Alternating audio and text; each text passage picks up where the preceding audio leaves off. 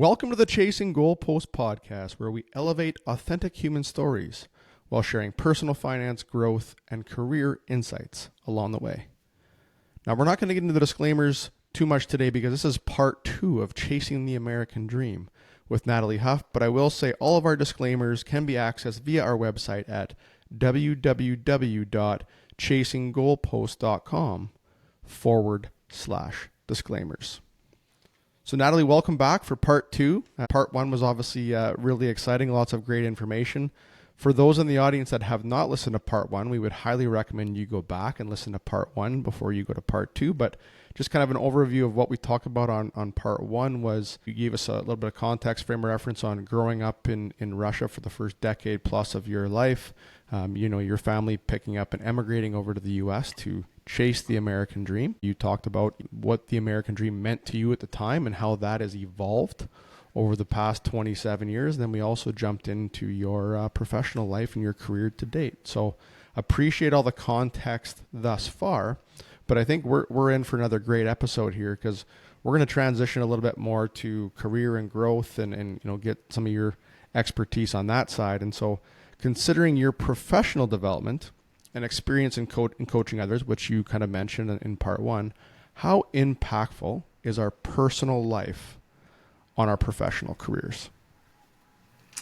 That's an excellent question and a really good one to continue the conversation. So very happy to keep the conversation going. But I think really the professional and the personal are one and the same.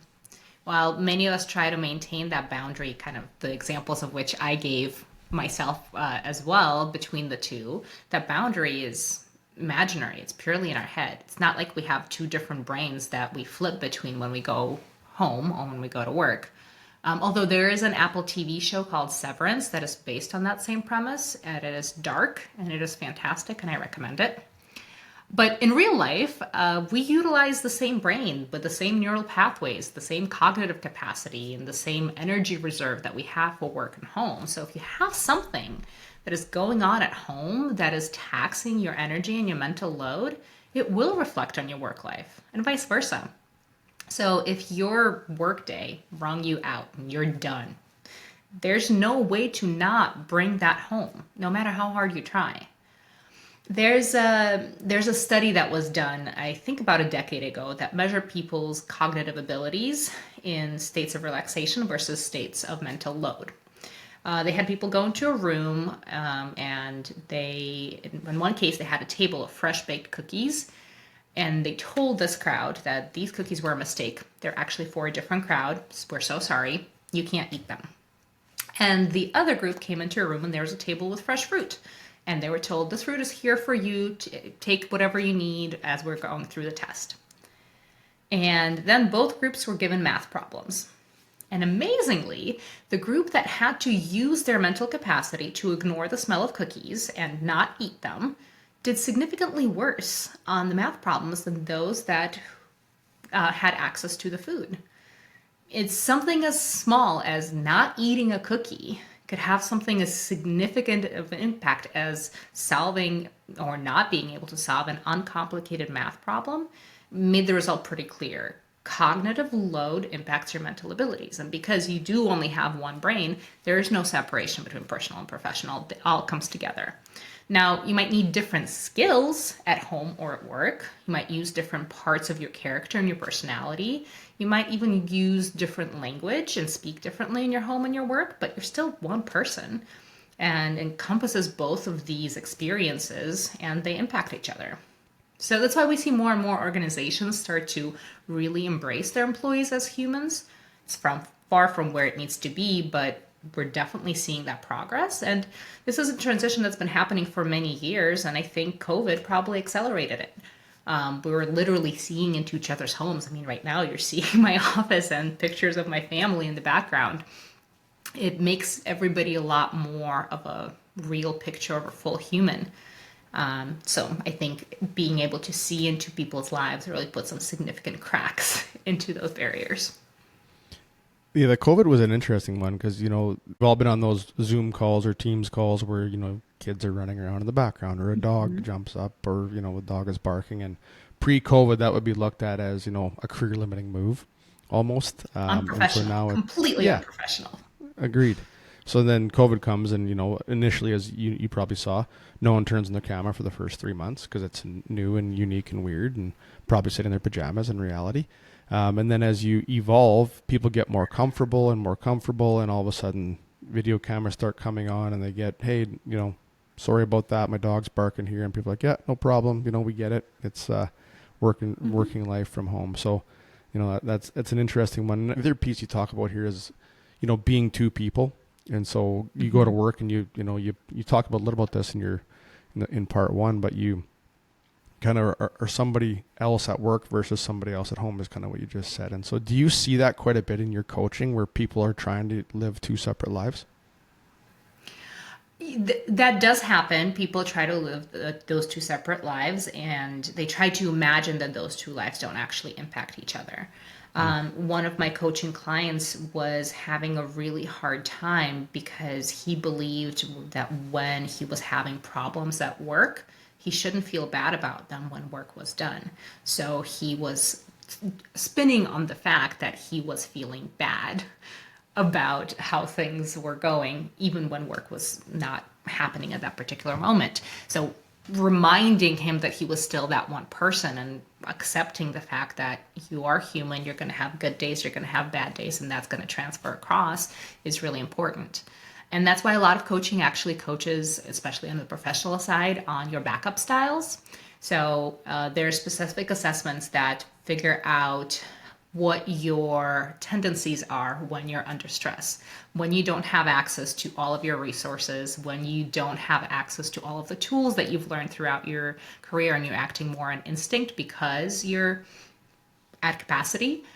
And how you recognize those tendencies earlier, so that you can then consciously access the tools and the resources that you've built out throughout your career. That is a lot of the coaching that I do as well. Okay. Yeah, that's great. I mean, you can relate, right? When you're stressed and you're under extreme pressure, you're definitely not as strategic as if you've got time to think clearly, with a clear, open mind. So, I appreciate that context, and I think the audience will too. So, in our past conversations, this is another kind of dynamic that we want to talk about today. We've talked about the term duality. Now, it's not necessarily a term we hear all the time. And so maybe can you elaborate for the audience on what you mean by duality? Absolutely. I love this topic.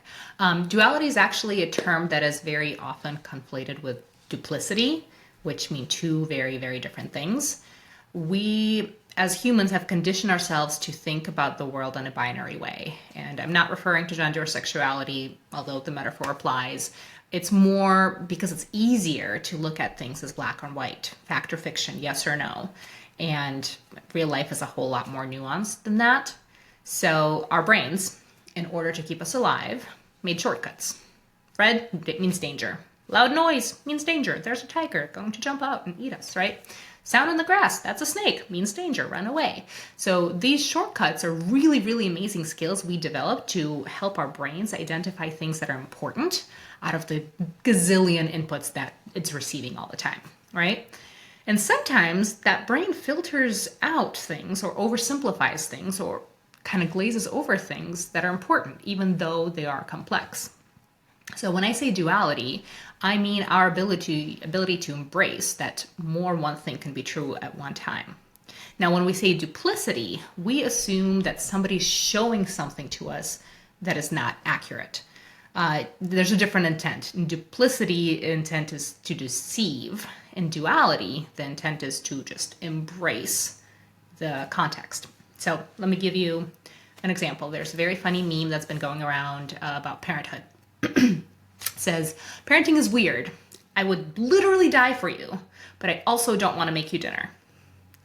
That's duality, because both those things are incredibly true and accurate. I would do anything for my daughter, but sometimes I just want to sit on the couch and not answer any questions. And the embracing the fact that both of those things can exist in one time is really, really helpful. But it can shift too, right? So if you think about some days I am 10% loving parent, 90% exhausted executive, right? Like I've got nothing to give. That happens. Sometimes I'm 50% loving parent, 50% exhausted executive. Okay, that's more balanced. Other days I am, not as stressed at work, or especially now that I've figured out how to focus on things that are important to me, I can give more of myself to the parenting side and not have to pull as much from it to support my professional side. But it never goes 100% one way or the other. And it's when we embrace this duality, this ability of something to be more true, something to be less true, that we can start to accept things about ourselves without judgment. So a good trick that I've learned is adding a softening qualifier to my internal statements, right? I can say, I'm always too tired to play with my daughter in the evenings after work, which very easy for me to extrapolate into the fact that this is always true, therefore I am always a bad parent. Not exactly helpful self-reflection. But if I say that I'm sometimes too tired to play with my daughter in the evenings after work, statement is a lot more accurate, and it can coexist in my mind with the fact that I'm a loving parent, right? Those two things don't become in conflict with each other. And it works for relationships too, right? If you think of the fact that in your friendships or relationships or marriage, you have one parent or sibling or friend that's the logical one versus the one with the temper, right? You tend to fill those roles for each other almost out of habit. And you don't allow for the fact that sometimes they can be reversed. If you're the calm one, you're never 100% calm, right? There can be a part of you that's always so a little bit upset or emotional or have a reflexive reaction. I mean, this can be for house chores or this can be for travel, kind of like we talked about, Dustin, right? If you're usually not the one who plans travel, it doesn't mean you're incapable of planning travel. It just means that usually it doesn't happen. In our house, my husband, Brandon, he's the one that works in the yard. He's good at it. There's certain standards that he has to how it needs to be done. But that doesn't mean I'm incapable of planting flowers or taking care of the work that needs to be done in the yard. So adding those words like sometimes or often or usually really helps break out of that binary mindset and allow for flexibility in our relationships and our self-reflections and how we talk to ourselves. Because it's very rarely either or, right? It's usually and. So duality, listening to just what you said there, I mean, it's fluid, number one, right? And then it's obviously very important to keep the duality concept in mind in our own personal self-talk. This is the way it is. Today it is this way, but tomorrow could be something different. Tomorrow can be something different. And this can be true, but so can this at the same time. And that's also okay. Excellent. It gets to context me because I think that's, we tell ourselves things, but I think we underestimate is maybe a better way to put it, the impact of our own personal self-talk. And so understanding and embracing the, let's call it duality of that is going to be important on a move forward basis to ensure we're staying healthy and balanced and ultimately giving ourselves the confidence we need to continue to grow, which is, when no one else is around, you're talking to yourself, right? In your own mind, driving to work or before you go to bed or mowing the grass, you're constantly, that little voice is, we don't even realize it, but it's talking to us. So appreciate that. And the older you get, the more layers of like sediment your self-talk adds.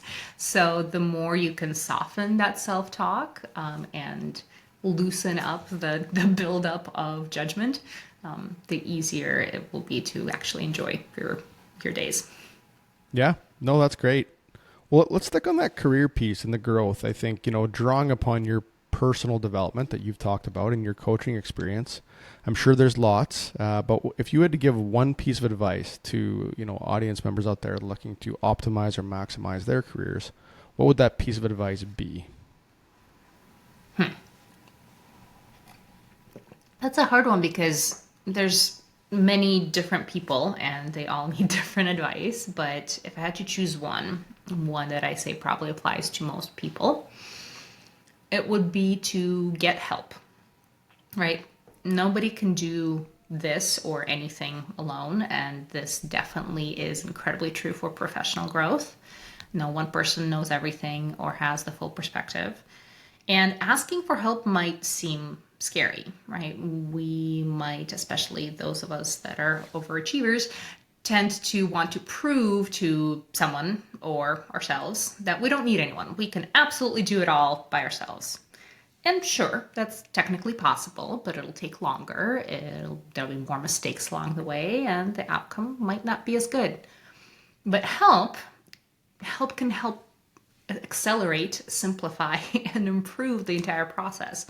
And help can be friends who advise you, or mentors, or coaches, or dedicated experts in a particular field. You name it, right? It can come in any shape or form, but it can also help absolutely any endeavor. So if you're figuring out what to do with your life, or if you're trying to get promoted to a specific role, or if you're trying to push a particular project to its completion, or trying to move to another country, for example, whatever it is, don't try to do it alone. Find people along the way that can help, and then you can help other people along your way also. Getting help doesn't mean you're weak. It means that you know what is needed and where to find it. And nobody really expects you to do it all. Figure out where you need help, who can help you, and just make the ask. That's interesting. And I appreciate that because I think as an athlete, right, I draw upon my own experiences. I'm like, okay, you grow up and you're an athlete, you have a coach at all times. Sometimes, from an athletics perspective, you're training. So a lot of times you'll have a trainer, right, to help you get to that next level of your training, that next level of your physical ability. And then we get into our professional careers and our professional lives, and then just lives as, let's call it, adults. And we just stop. We don't need the need for coaches anymore. We don't want to, it's like, oh, we're just going to grow on our own. We'll just gain experiences and we're not going to draw upon mentors or coaches. It's kind of an interesting dynamic because we grow up with coaches, we grow up with trainers, we grow up with teachers, helping us all the way through. And we get to like 24, 25 years old, you're out of college, you're into the professional world, and you're like, yep, well, I'm done now. And I'm on my own. So, right. So it's kind of an interesting dynamic. So we appreciate you sharing that, because I think it is important, especially coaches, mentors, that, if you want to continue to grow in your personal and professional career, it's an important aspect of that. So it's funny, the way that you talk about it, we hit 25 and that's it. We're adults. And we even have this term, we're adulting. We need to figure all this out on our own. Who said we have to figure it out on our own? I mean, the things I know now versus the things I knew 10 years ago are miles apart. And that's from experience. And that's because I got a whole lot of help from a whole lot of people. We never really stop growing, and adulting doesn't necessarily mean doing it all by yourself.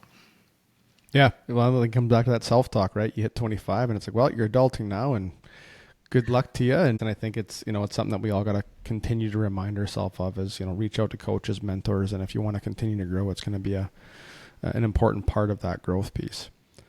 So we're at the point in the episode where we ask every one of our guests this. And so obviously, as you know, the name of our platform is Chasing Goalposts. And so one question that we want to ask you is, what is Nataly Huff ultimately chasing?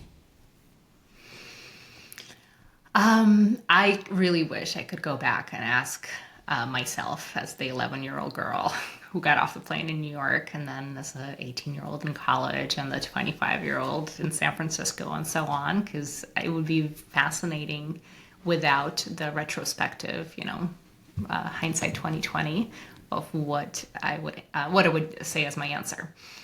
I think my first set of goalposts was to become a director and a mother by the time I'm 30. Not exactly sure where it came from. 30 seemed old, right? So that seems like a good benchmark. And director seems like a good title to accomplish. So great. And I knew I wanted to be a mom. So fantastic. This is my plan. I was nearly 31 when I gave birth to our daughter, Lauren. And I had been director for a few years already. So box checked, right? I'm done. I've arrived. I can retire. Somehow that doesn't really work that way, right? So this next part was definitely a process, right? I needed to learn to be a mom. I need to deal with all the joys and the challenges that come with parenthood. I also wasn't done progressing in my career. I still had ambition and wanted to do more and could do more. So I got into that never ending moving your goalpost process that we often talk about. So I think I was around 33 when I had done one of exercises that Brene Brown does that talks about finding your values. And you have this list of 200 some values, and your goal is to narrow it down to two that are most important to you. Not easy at all, right? You can get it down to 20 pretty easy. Down to 15 is hard. Down to 10 feels impossible. Down to 2, how do you even do this, right? So it took me weeks to get to those 2. But as a result, I found that 2 things mattered to me. Their kindness and impact. And kindness for me is very active, intentional sense. I want to make sure that I am intentionally kind to the world around me, which ties directly into impact because I want to make sure that I'm actually having a positive impact on the world around me. It's not a passive impact. So kindness and impact are the 2 things that I figured out for myself. And having found them, it's kind of restructured how I look at my goals, right? My goalposts themselves are a lot more blurry now, right? They're amorphous. They're not as well defined. I didn't expect to start my own business, so that was not on the bingo card, but here it is. And now I think I have an idea of what my business is going to look like in 10 years, but it might change. And I know that it's okay if it changes, but I also know that with every step, I will bring kindness and positive impact into that process. So that's what I'm chasing, and that's also been a relatively recent transition in my life. And by the That's way, great. I encourage everyone to do this.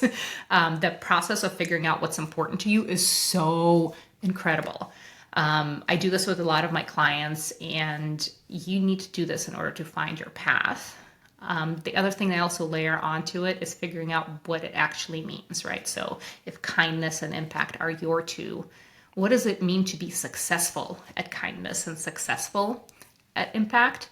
And bringing a spectrum of success to yourself so that you don't fall back into the black and white of, well, I didn't save the world, therefore I failed at impact. That's awesome. And obviously we talk about this a lot on the platform of the goalposts were designed to move, right? So there's no finish line where it's like, okay, you've achieved director, you've achieved, the fact that you're going to be a mom, and it's like, well, now we're done, right? And it's like, oh, we're pretty early in our lives here, and there's lots more to happen. So we love the answer, and I think it's great for people to hear that because these goalposts will continue to move. We've always said it. You make a goal, you hit it, you achieve it, you celebrate briefly, and then you move the goalpost, and away you go again. And that might be up, down, sideways. Everybody's term, and I like what you just said there was, what is success to you, right? And how do you view success? Because if we're viewing it through an external viewpoint, you're not going to move towards your ultimate goal of success. So awesome information there, and aligned exactly with what we've been talking about on the platform here for the past 6 months. So, well, listen, we're going to wind things down again. Amazing, part 1 and part 2. We've had a lot of good information here. We've gone through essentially understanding growing up in a foreign country, that being of Russia, right? Emigrating over to the US with your family over 27 years ago to ultimately chase the American dream. Understanding your perspective on the American dream and how that's evolved over 27 years, and then jumping into your professional career. That being said, also diving into how our personal lives overlap and ultimately affect and impact our professional careers. So a ton of great information here on these 2 parts, Nataly. If anybody wanted to reach out to you on social media or online, what would be the best way to do so? Absolutely. So you can find me online at www.inspire-forward.com. That's for my coaching offering, and the fractional marketing offering is on Innovate Forward. So that's innovate-fwd.com. And you can also find me on LinkedIn and Instagram for kind of regular tidbits, fun self-reflection, and marketing wisdom. I absolutely love coming here and having these conversations. It's been really, really fantastic. I'm so glad that you do this, Dustin.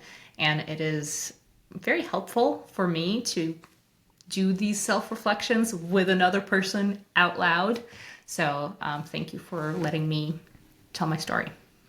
Absolutely. And just for the audience's awareness, we will, when we go live with the show notes, we'll link those two websites, then your LinkedIn profile as well, so people can click the links and get access to yourself and your services if they choose to do so.